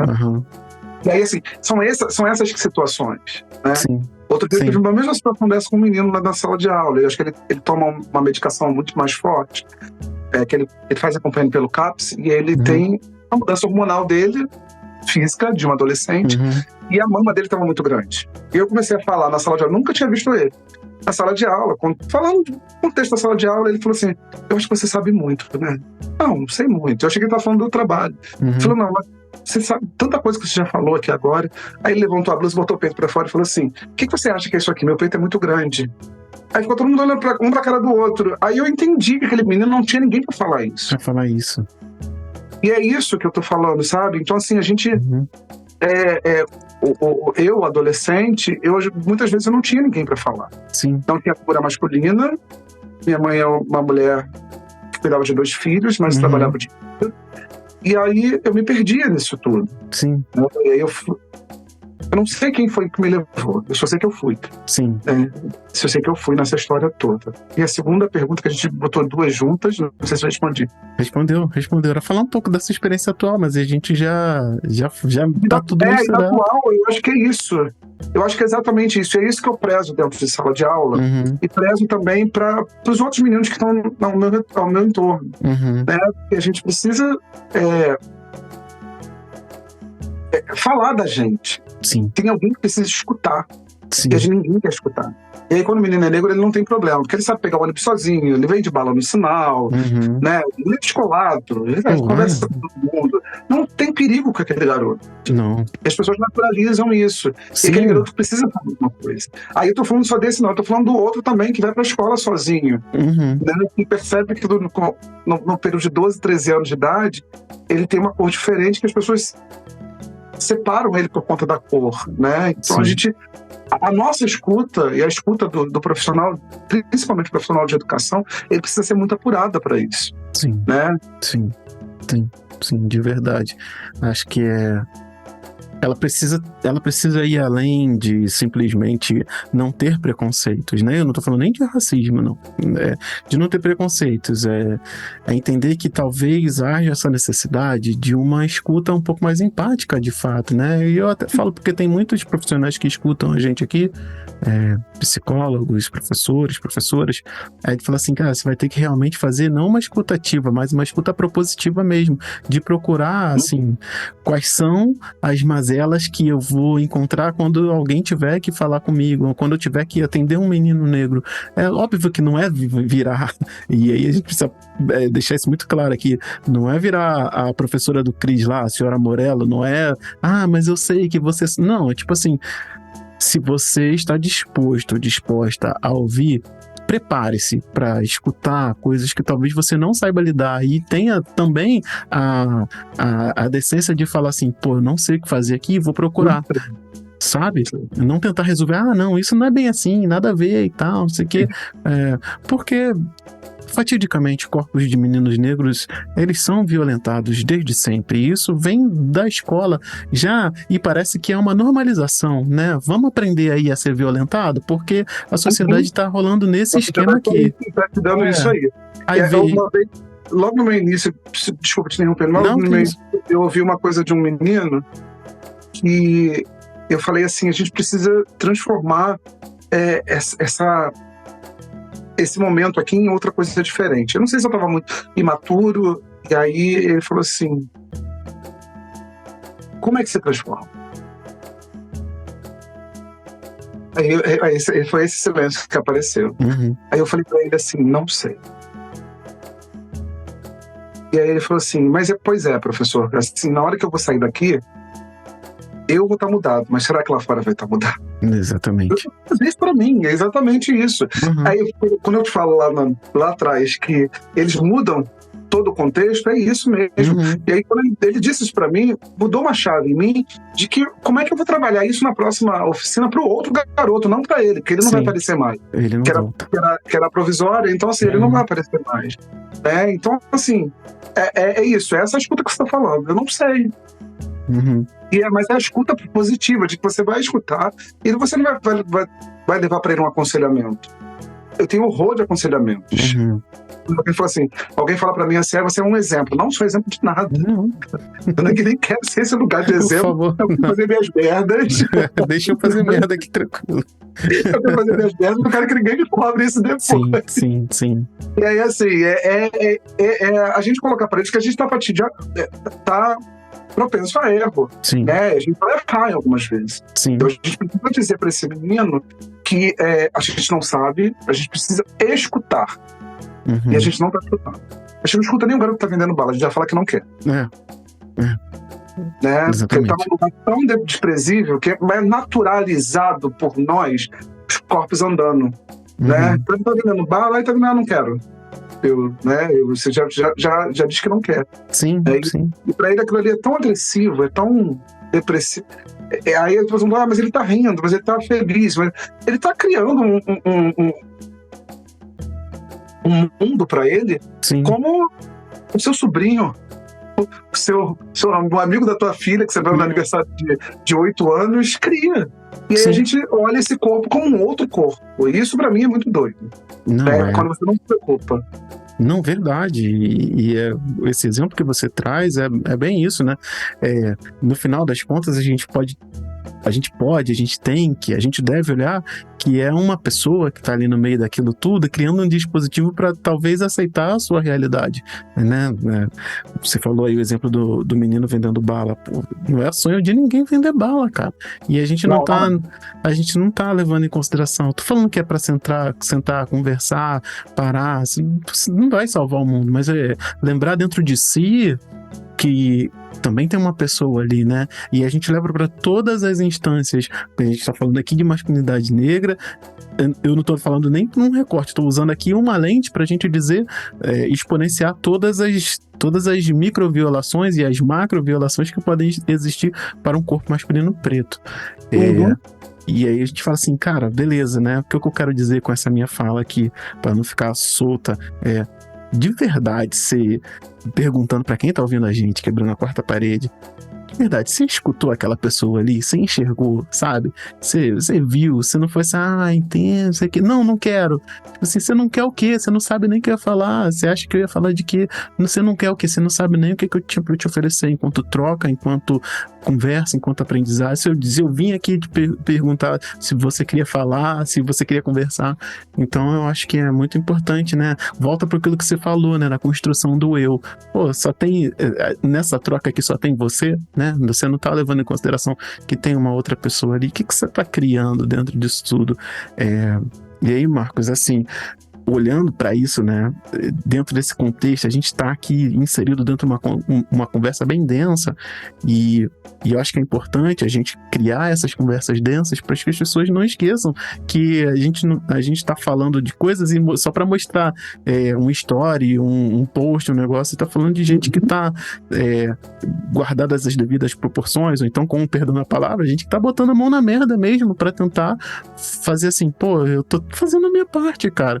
Sabe? Tô tentando fazer alguma coisa. Eu digo isso porque, assim, isso conecta muito com a próxima pergunta que eu tinha pra nossa troca aqui, que já ficou até óbvio demais nessa conversa, mas eu queria que você desse talvez um envelope pra ela, que eu queria saber de você, como é que você tá mudando essa realidade, né? Se ainda não ficou claro pra quem tá ouvindo a gente até agora. Assim, como é que eu tô mudando a realidade? Isso é muito importante. Eu volto lá na primeira... eu vou voltar lá no Estatuto da Criança e do Adolescente, Sim. né? Uhum. E a gente, enquanto sociedade civil, que a gente está incluso na Constituição, no Estatuto da Criança e do Adolescente, no Estatuto do Idoso, e a gente está incluso a sociedade civil. E a gente precisa de se responsabilizar por isso. Qual é a contribuição que a gente dá a isso? Se movendo com as políticas públicas, cobrando as políticas públicas de acesso. Eu acho que é muito importante que a gente cobre essas políticas públicas, entrando nos movimentos sociais, né, seja ele o movimento que for, mas a gente participando dos movimentos sociais, o movimento por moradia, o movimento negro, o movimento LGBTQIAP+, ou qualquer outro movimento que a gente possa ouvir o outro e concluir junto. Eu acho que isso é muito importante. Eu hoje eu participo dos movimentos que me são cabíveis, né? Então, assim, eu estou criando junto com o centro de saúde aqui do lado uma estante onde tem livros. Eu recebi uma doação de uma amiga que faleceu e aí eu reponho os livros lá, eu vou lá conversar com as pessoas, trocar essa ideia. Eu acho que a gente precisa fazer essa rede que a gente tem, né? Porque a gente tem redes de contatos, de informações, e a gente precisa trocar com os nossos pares. Quem são os nossos pares? Então hoje eu me responsabilizo como sociedade civil em ser atuante, né? Hoje especificamente esse é o meu trabalho, mas é minha parte de contribuição também. Estar junto dessa população que necessita. Eu acho que é importante que a gente não perca isso de vista, né? A gente às vezes perde de vista isso, a gente está muito voltado para o nosso, né? Eu estou ganhando dinheiro, minha casa está legal, minha conta de luz está paga, as meus dias estão legais, mas o que eu posso fazer quanto sociedade de contribuição? Por exemplo, apoiar o podcast é uma forma de contribuição. Tem outras pessoas que estão ouvindo, tem outras pessoas que estão usufruindo desse material, e aí, assim, isso é uma participação social. Eu acho que as participações sociais, ela é desse tipo. Ela está nesse caminho, né? Se a gente não se implicar com tudo aquilo que está acontecendo, é sinal de que a gente está num lugar que não é o nosso, né? Não, verdade. E querendo ou não, né? Uma vez eu fui questionado em relação a isso, né? Não em relação ao que eu tava fazendo, assim, mas era o que me habilitava para botar a cara para falar e tal. Eu recebi 2 questionamentos ao mesmo tempo, né? Primeiro me perguntaram no que eu era, qual a certificação que eu tinha para fazer isso, né? Que eu tô fazendo aqui. Você é certificado em que? Você é formado em alguma coisa? Você tem certificação? Então tem essa prova de título, né? você ter certificação para estar falando sobre isso, sobre paternidade, isso aqui, a pessoa foi tão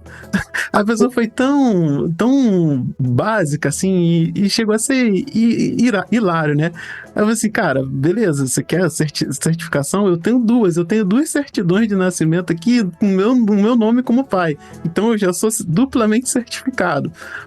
Ai, tudo bem. Tudo bem, já sou certificado. Mas, ó, eu fiz aqui uma certificação disso, daquilo, pra estar aqui e tal, beleza? Mas não podemos esquecer, e isso entra no que você falou, que a Constituição e as leis, elas são obrigatórias, o dever e a fiscalização de todo cidadão. Então, assim, eu estou aqui e você está aí, a gente está falando disso, por mais que também usemos isso como um método de subsistência, que seja, mas assim, a gente está aplicando lei, né? O Estatuto do Adolescente é uma lei. Mas você vê que a cobrança pela titularização, ela só acontece para a pessoa preta. Qualquer pessoa branca que apareça dizendo que é formado em alguma coisa ou fez alguma coisa, ninguém vai questionar. A gente é sempre questionável. Ninguém.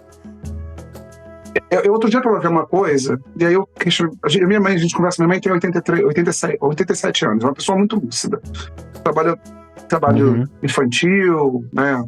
Veio para o Rio de Janeiro com 11 anos de idade para cuidar de uma outra criança, ela sendo uma criança, e assim. E aí a gente estava discutindo isso, porque assim, a pessoa apareceu na televisão, porque hoje eu estou trabalhando com filosofia. Eu fiz um curso nos Estados Unidos sobre filosofia. É o mesmo curso de 20 horas que a gente faz. Ali eu ia falar, ia até fazer até uma propaganda aqui, nesse smart da vida aí. É o curso de 20 horas que a gente faz, né? Que a gente vai. Tem um evento lá na Caixa Cultural, de uma palestra. É aquele curso que a gente faz, né? Que a gente vai lá, aplaude um amigo, o colega que está lá conversando. A pessoa usa aquilo como titularização, porque ela fez fora do país e não conseguiu, né? E aí a pessoa fala assim: porque isso, aquilo outro. E ninguém questiona isso. Outro dia eu estava vendo também, não sei se eu posso falar isso aí, mas eu vou falar. Aquele programa que a Globo está fazendo aplausos. Não tenho acompanhado TV aberta de maneira geral, enfim. Que aí fizeram com a Zezé Mota, fizeram com o Manuel Carlos. Manuel Carlos, escritor e tudo mais. Aí eu fui dar uma letra, o Manuel Carlos não é formado em nada. É esse silêncio que eu quero mesmo. Ele não é formado em nada. E isso está claro, lá está claro dizendo isso. Ele é um autodidata. Mas ele é o Manuel Carlos. Agora, se eu chamar Mateus Aleluia, as pessoas vão questionar. Se eu falar de Carolina Maria de Jesus, as pessoas vão questionar. Por que tem que estudar Carolina Maria de Jesus?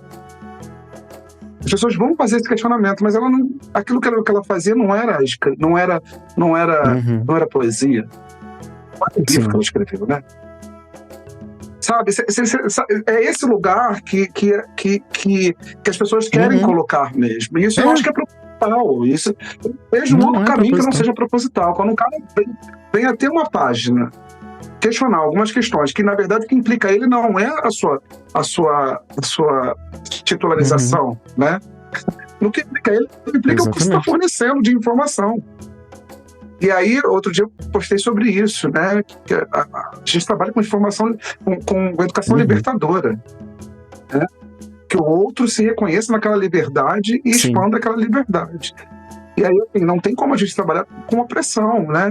E aí, assim, é isso que a sociedade nos entrega o tempo todo.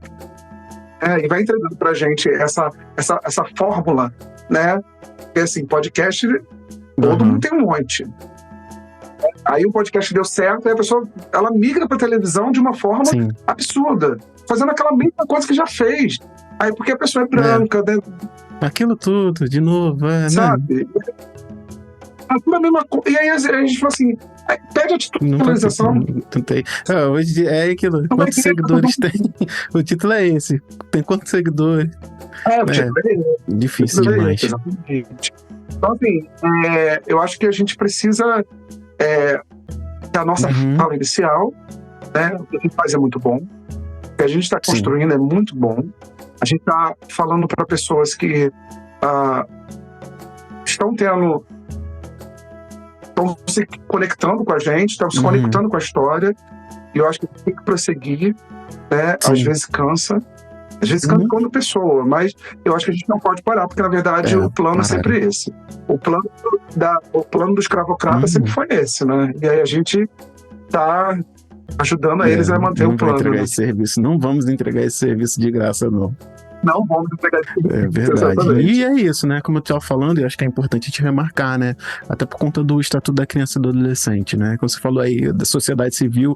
Se não ficou óbvio demais, somos nós. E a gente tem meios de fazer. E a gente está buscando meios. Então, assim, é cumprimento de lei. Cabe a cada cidadão, tá na Constituição. Então, assim... Tá lá nas leis que ninguém quer. Tá lá nas leis que ninguém quer cumprir. Como a lei da 639, a 11.645, que ninguém tá aí. Exatamente. Né? Ninguém tá todo mundo aí. Eu tô falando de educação, né? Que é as diretrizes e bases, a gente falar de religiões de matriz africana e indígena, e ninguém tá querendo falar sobre isso, né? Todo mundo querendo chamar índio ainda, né? E assim. Não, mas índio, daí as pessoas, índio abre aspas, né? Que eu conhecia é aquele que não tinha contato com ninguém. Daí você precisa repensar sobre isso. Então, assim, e aí, assim, eu cumprimento, aí, quanto sociedade, é exatamente isso. Quem é que cobra o cumprimento dessas leis? Será que na escola do seu filho está sendo falado isso? Sim. Né? E aí eu não tô falando do seu filho só no filho preto, não. Tô falando do filho de todas as pessoas. Porque é importante na construção de um país a história desse país, né? E aí a história correta também, isso que é muito importante, né? E aí os profissionais precisam estar capacitados para falar da história correta desse país. A gente precisa falar de escravização, de sequestro, né? A gente não precisa falar de vieram da África, parece que a gente veio nado, né? Sendo pra saber era nada. Tinha uma coisa muito boa desse lado de cá, né? Vem todo mundo nadando. Agora costas, tal, direito agora, vamos lá, tá chegando. Aí o pessoal vem, não, eu preciso dizer isso. E aí, quando eu falo isso pros meninos, né, eles são, uma coisa que é muito importante eu falar isso aqui, eles são apaixonados por mapa. Sim. Mapa muito novo, terrestre. Uma coisa que ninguém usa, mas eles são apaixonados. Quando a gente fala a história do Brasil e de África, eles olham aquilo ali, foram escravizados daqui, vieram para cá. E a gente fala do Nordeste, que tem o maior criador de tubarão por conta da escravização, né? Que os corpos eram jogados, e a rota dos tubarões mudaram, e aí eles começam a abrir amplitude. Nossa, é muito longe. E aí a gente vai falando dessa história. Então, assim, é muito importante que a gente sinalize esses adolescentes, essas crianças de todas as classes que, assim, houve um sequestro, né, de milhares de pessoas. Milhões, né? Né? E essas pessoas foram escravizadas, foram maltratadas, depois foram libertadas por uma redentora, né? E aí ficou tudo muito bom, né? Então a gente precisa falar sobre isso. E aí novamente a gente fala sobre lei, né? Construir uma lei de uma libertação, que na verdade não era uma lei, e aí liberta, mas não faz nada, e assim. Aí por isso que eu falo do eu lá de trás. Aí, lá de trás da nossa família, né? Por que a nossa família... É porque às vezes a gente não entende, né? Por que a nossa família é pobre? Cai não. Tô aqui, tô te ouvindo. Não, cai não. Então, não. Por que a nossa família é pobre? Acho que a gente precisa tocar nesse assunto, né? E assim... acho que para além da revolta, acho que vai causa uma revolta natural, né? Semana retrasada eu ouvi de um menino que a gente estava falando sobre alimentação. Aí eu peguei um documentário que é a maior horta da América Latina, que fica em Manguinhos. E aí, quando eu vou falar eu trago uns temas que conectem com eles. Eu falei, vou falar da maior horta da América Latina. Aí eles olharam pra mim, o que é América Latina? A gente explica o que é América Latina. Aí depois eu vou mostrar a horta em Manguinhos. Eu já conheço, eu sei aonde é, que não sei o que, entra por aqui, que lá tem comida, que não sei o que, eu já comi. E é isso que move. E aí o garoto, aí depois ele dá um depoimento final, ele dizendo que a mãe tinha que se prostituir para alimentar os 6 meninos. E aí, como é que você vai falar com um garoto desse que tá com ferro na perna, que levou um tiro da polícia e não consegue nem mexer o pé? Como é que você vai falar sobre perspectiva? Sim. Né? Então a gente precisa voltar lá atrás para ele, dizer para ele que houve uma escravização, que possivelmente a família dele, né, alguns antepassados dele estavam ali, né, não tiveram direito a algumas coisas, né, e aí as pessoas foram para alguns lugares, né, e aí assim, a gente precisa construir isso. É um divisor. Bom, eu vou para a última pergunta, porque tudo isso construiu o que eu vou te perguntar agora. Marcos Vinícius, é necessário amar meninas pretas? É necessário demais, Gil. É necessário amar e escutar. Eu acho que amar é escuta, sabe? Eu acho que amar é escuta. É escuta com todos os sentidos, sabe? E é porque a gente às vezes escuta, mas não escuta, né?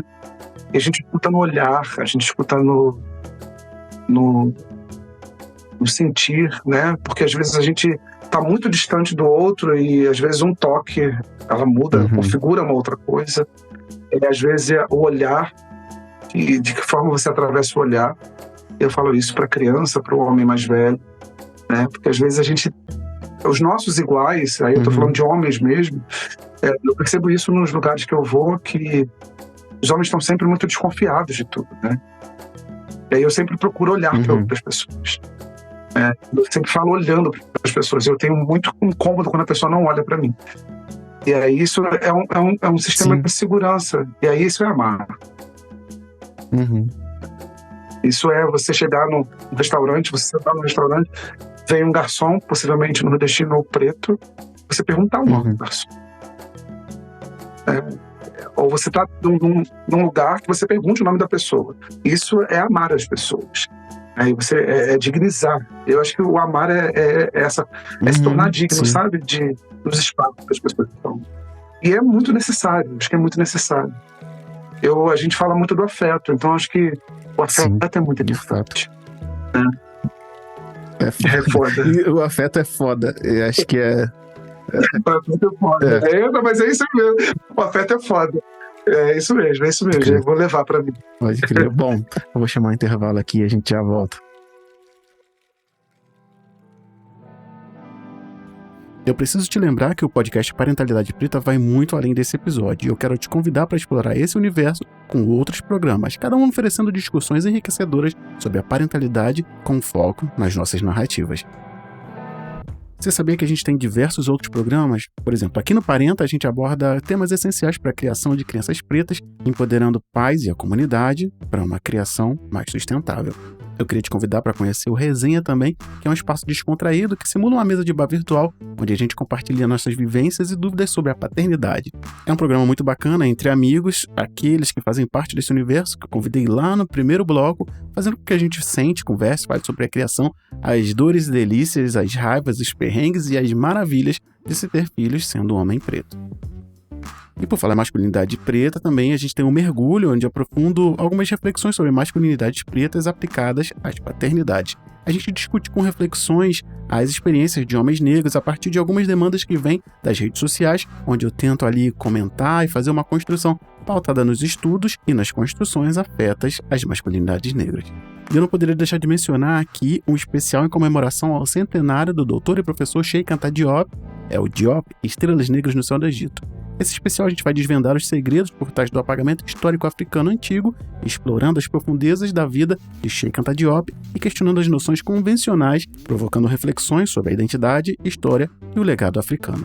Então, quando você terminar de ouvir esse episódio, procura aí no seu agregador ou vai lá no parentalidadepreta.com/podcast, onde você vai encontrar todos esses especiais em forma de playlist que eu já deixei lá esperando por você. E por falar em playlist, eu não posso sair daqui sem te pedir para avaliar o Parentalidade Preta onde você está ouvindo. Se você estiver ouvindo no Spotify, no Deezer, na Amazon, no Google, no YouTube, dá um sinal aí para a plataforma e diz que você está gostando do que você está vendo. Assim a gente consegue chegar em mais gente e continuar oferecendo ferramentas para uma parentalidade preta potente e potencialize a nós e as nossas crias. Por falar nisso, não deixa de passar lá no apoia.se/parenta e conhecer mais um pouco dessa nossa campanha de financiamento coletivo. O episódio ainda não acabou, a gente tem o terceiro bloco, eu espero que você goste desse finalzinho, onde a gente vai deixar algumas mensagens e daqui a pouquinho a gente volta e conversa mais um pouco para fechar com chave de ouro esse episódio. Bora lá?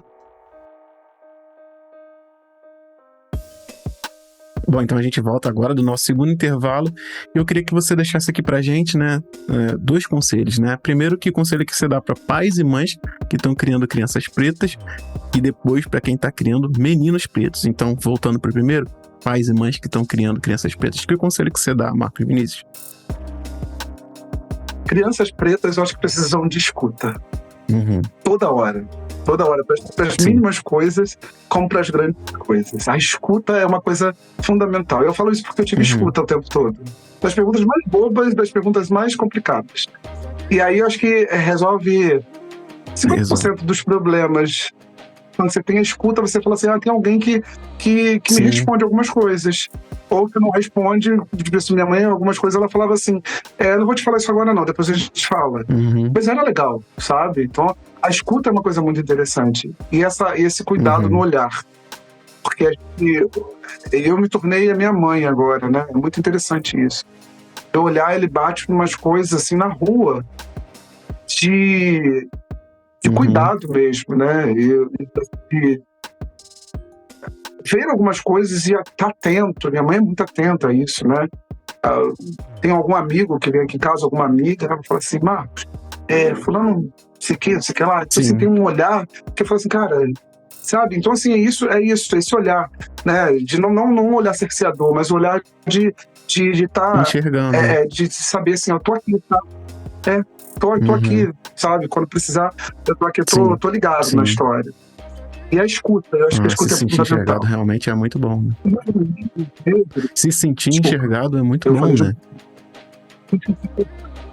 E os meninos negros, acho que foi o mesmo medo que minha mãe teve comigo. Que aí teve uma época que eu já me sentia mais poder, eu percebia que meu corpo já tinha chamado uma atenção, eu comecei a andar sem camisa, e ela falava assim, coloca a camisa.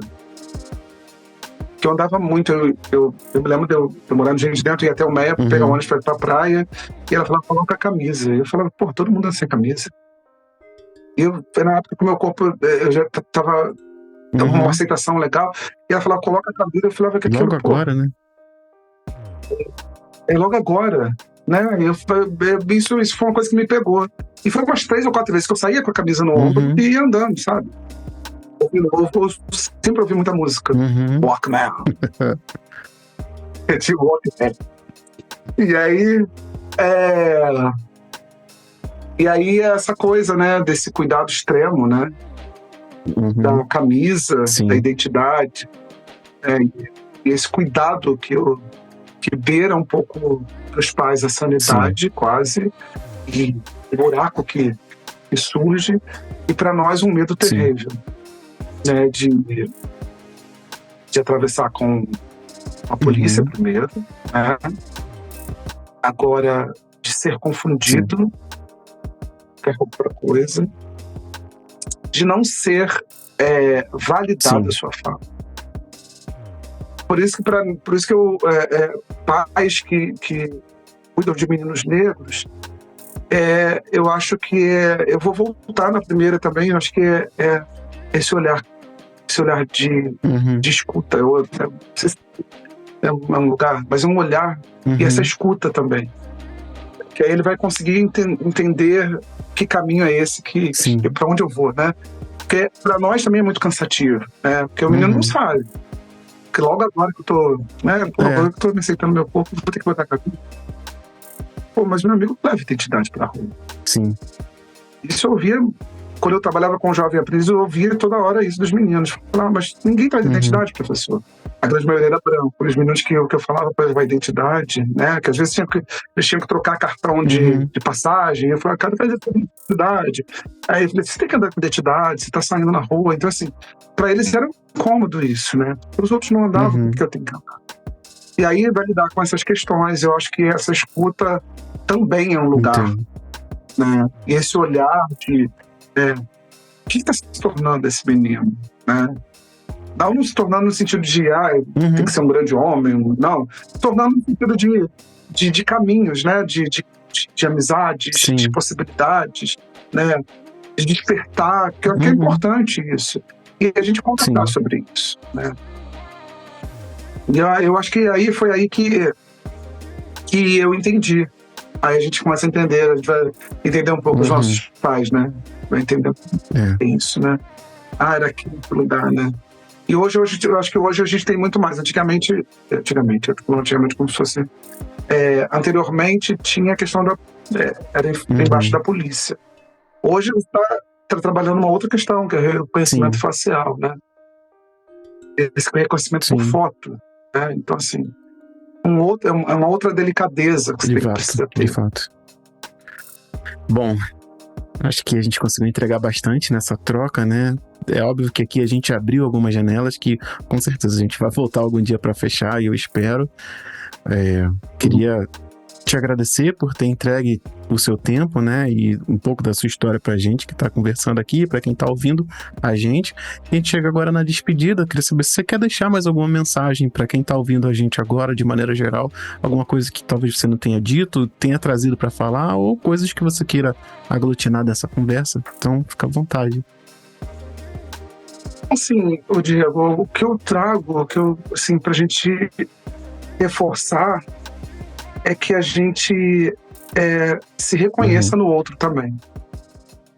Que às vezes a gente tem uma possibilidade mais de desconstruir algumas coisas, ou desconstruir outras. Tem algumas pessoas que não vão ter o poder da fala como a gente tem, e a gente perceba no outro, né? A gente esteja mais atento, não é perceber, esteja mais atento. A gente esteja mais atento para isso. E aí eu falo isso porque um dos grandes receios que eu tenho hoje é desses encontros na rua, de que a gente possa ser confundido com alguma coisa e de que forma eu saio dela, né? E quando a gente se percebe como pares, a gente possa estar ali disponível para o outro também. E num contexto geral, né? Então, assim, eu falo de uma criança preta que esteja numa situação delicada dentro do meu ciclo, fora do meu ciclo, que eu possa ser solidário com isso. Um homem preto que esteja numa situação de conflito, que eu possa somar com ele. Então, eu falo muito desse lugar que a gente se olhe, né? A gente se olhe e perceba que somos indivíduos, né? E a gente não está todo mundo desconstruído, nem está todo mundo construído, e a gente está precisando de ouvir o outro, né? E o lugar de escuta é um lugar também de progresso, né? E a gente precisa exercitar de isso. Fato. De uma forma bem, bem tranquila, né? Não estou dizendo de uma forma de amanhã eu já estou escutando todo mundo. Uma forma tranquila. Uma hora a gente escuta a conversa. A Elisa Lucinda fala muito isso. Escutar a conversa do outro é criar possibilidades. E assim, às vezes quando você para na rua, escuta a conversa do outro, e aí você constrói, né? Porque tem uma conversa que sai desse seu lugar, né? O meu lugar é outro totalmente diferente, né? E aí depois eu consigo construir alguma coisa. Bom, maravilha. Então a gente vai encerrando por aqui. Você quer deixar mais alguma coisa? Quer falar mais alguma coisa? Quer que as pessoas saibam mais alguma coisa a seu respeito, a respeito do que você faz? Acho que eu queria, perdão, deixa eu interromper. Eu queria que as pessoas acompanhassem o projeto. Eu acho que o projeto é um projeto Ler, Viver, Existir. Está lá no Instagram, ler, viver, existir. É um projeto que é da sociedade civil, né? E é um projeto que a gente lida com as questões sociais, que estão muito aí, que é a questão dos meninos que estão em privação de liberdade, esses meninos que são apreendidos com delito, mas para onde esses meninos vão e como isso é desenvolvido. Então, acho que é aí que é a participação social. É um projeto que depende do apoio financeiro social, né? A gente é uma instituição sem fins lucrativos, não é nem uma instituição, nós somos um projeto. E a gente está sempre com a contribuição de colaboradores que possam estar se juntando a gente. Então, assim, o que eu deixo é que as pessoas não só o ler, mas tem outros projetos bem bacanas, 40. Eu acho que a gente abrir essa porta de se eu tenho lá um espaço no meu Instagram, divulgo o trabalho do outro meu colega, eu ofereço o trabalho para que as outras pessoas conheçam, e é essa rede que vai fazer que a gente consiga caminhar. É isso, Diego. Foi muito Ah, bom, obrigado. foi excelente, assim, mais do que eu Que bom. imaginava. É assim, fico muito feliz, Diego, muito feliz. Eu tô com 45 anos, poucas oportunidades no sentido de poder falar e poder Uhum. fazer trocas mesmo. Eu tava pensando nisso hoje, eu falei, cara, que genial isso. Porque é um Sim. exercício muito bacana, sabe? Um exercício simples. Mas aí fica sempre na mão de... eu vi isso da Sara Zara, que ela Sim. mudou de nome agora. Eu vi isso dela outro dia, ela falando que tava falando do acesso, mas que o acesso às vezes Sim, fica na mão de poucas sim. pessoas também, né? Da próprias pessoas pretas ficam Sim, sempre na mão das exatamente. mesmas pessoas. E aí você fica fazendo um trabalho bacana, tô falando de mim especificamente, mas tô Sim. falando do meu trabalho é bacana, não tô falando que sou eu, mas você não aparece, você não tem Exatamente. oportunidade. E parentalidade está fazendo exatamente isso, né? Pessoas que não são tão conhecidas, mas pessoas que são conhecidas, que Sim. formam engajamento. Nesse momento a ligação caiu, mas eu vou completar a fala de Marcos. Ele quis agradecer por a gente estar colocando o holofote nas pessoas que estão orbitando o universo do Parentalidade Preta. E aí eu respondi dizendo que o Parentalidade Preta é uma extensão muito importante da minha personalidade e eu quero trazer as pessoas com quem eu gosto de falar e as pessoas que têm algo a acrescentar na comunidade para cá. É muito importante. Como eu não pretendo parar de fazer isso tão cedo, pode ser que um dia a gente esteja conversando aqui. Eu tenho certeza que isso pode acontecer e eu faço questão de que na hora certa essa troca aconteça. Terminando esses episódios, eu vou te convidar para ouvir os outros antigos do projeto Eu Te Amo Homem Preto, que eu vou deixar linkados, inclusive, no post relativo a esse episódio, que vai estar na descrição dele mesmo, e aí você vai poder acompanhar o que a gente já construiu até agora. Bom, por enquanto é isso.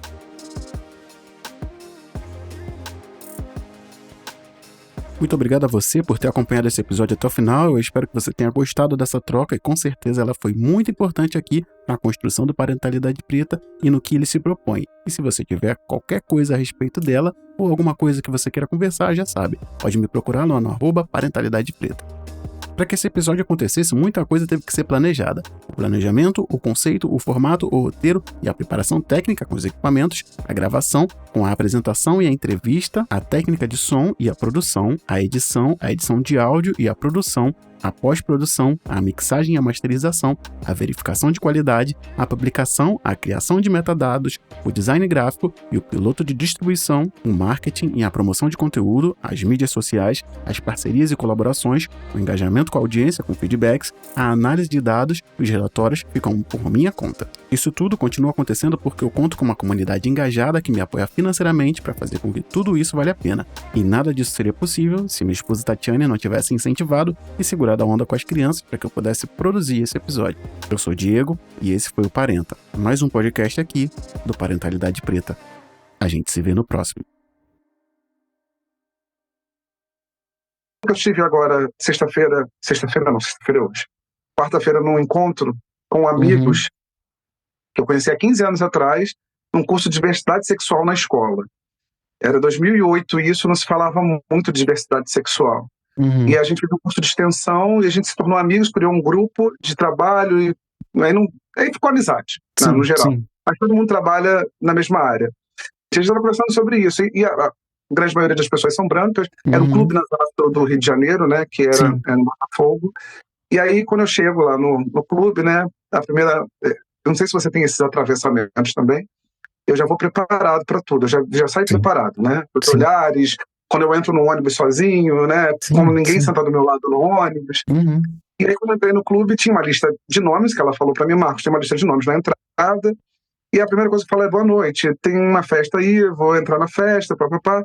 Aí a moça falou assim, oi, que quer? As palavras são sempre picadas, né? Você já percebe. Cara. Aí eu falei, meu nome é Marcos. Tá. Aí eu falei, porra, tinha um nome na lista, ela nem olhou a lista, me deixou entrar, e aí assim, aí eu entrei, aí eu cruzei com um homem, o homem me deu boa noite, falei, a situação tá ficando legal, pelo menos confortável. Era num bar, tinha uma galera bastante branca, e aí a gente, quando a primeira pessoa pergunta, não sei se com isso acontece muito com você faz o quê? Eu acho isso tão emblemático, assim, você faz o quê, sabe? Ou você é formado em quê, né? E aí você tem que responder. Quando eu falo da minha atividade hoje, que é a atividade dentro do Ler, Ver, Existir, projeto, as pessoas elas têm um encantamento, né? Uhum. Mas aí eu cito uma passagem do Estatuto da Criança e do Adolescente que diz que é responsabilidade do Estado, da sociedade civil, né, e da família olhar por essas crianças e adolescentes em vulnerabilidade social. Uhum. O Estado, ele faz o papel dele da forma com que ele acha que tem que fazer. A família, por muitas vezes, ela está numa estrutura quebrada, né, Sim. desconstruída e totalmente quebrada, e a sociedade civil, ela acha que tem um buraco onde algumas dessas pessoas vão em algum momento, e é dali aquele buraco eles caem e passa para a Some. camada de ozônio, vira poeira de estrela, explode no espaço e pronto, acabou. Uhum. Né? E aí, assim, esses atravessamentos que eu acho que a gente esbarra todo dia nisso, né? Sim, sim. Isso é um grande problema. Sim, sim. E aí, dentro disso tudo, né, eu acho que é bem importante a gente, até em atitude de alinhamento, mas eu acho que é importante mesmo remarcar isso, porque assim, entra muito para aquele lugar, dentro desse contexto que você trouxe, para essa branquitude, assim, que fala da branquitude, que é engajada, mas não se enxerga nessa estrutura, né? Então, tipo, que legal esse, como você falou, desse encantamento. Nossa, que maravilha, muito importante o que você faz, muito bacana, caramba, e deve ser muita coisa que você mexe também, né? Aí você assim, tá, mas e você, sabe? Eu tô aqui nessa, mas e você? Não, porque é sempre assim, eu tenho experiências como essa também.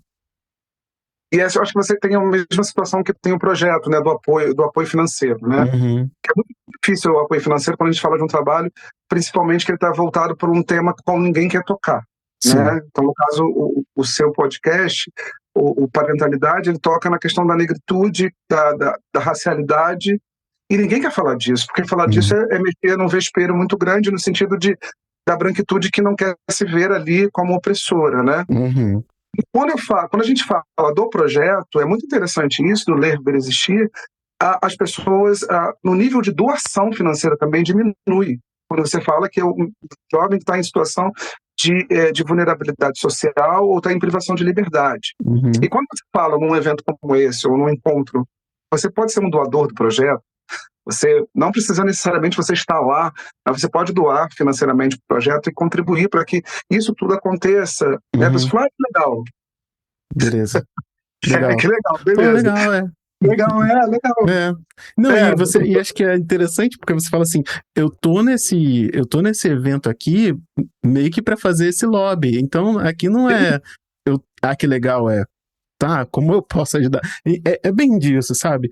Pô, eu não vou lá.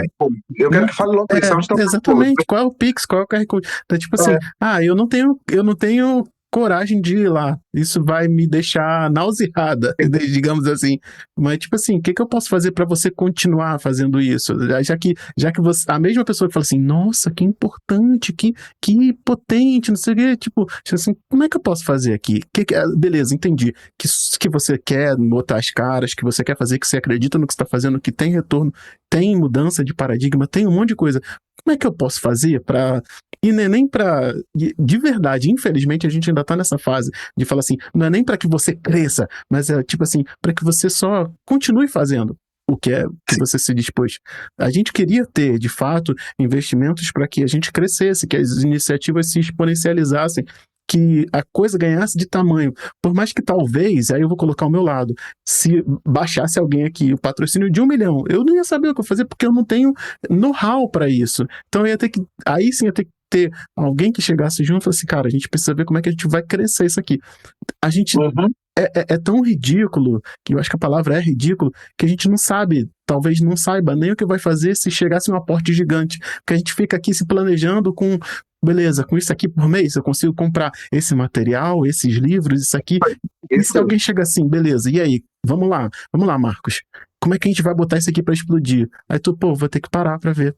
Porque talvez eu não tenha feito essa projeção. É óbvio que a gente sabe onde a gente quer chegar, mas se acontecesse hoje, sabe? Muita gente vai também romantizando, você caminha que o caminho se abre. Não, velho, eu tenho um plano, eu tenho um projeto aqui.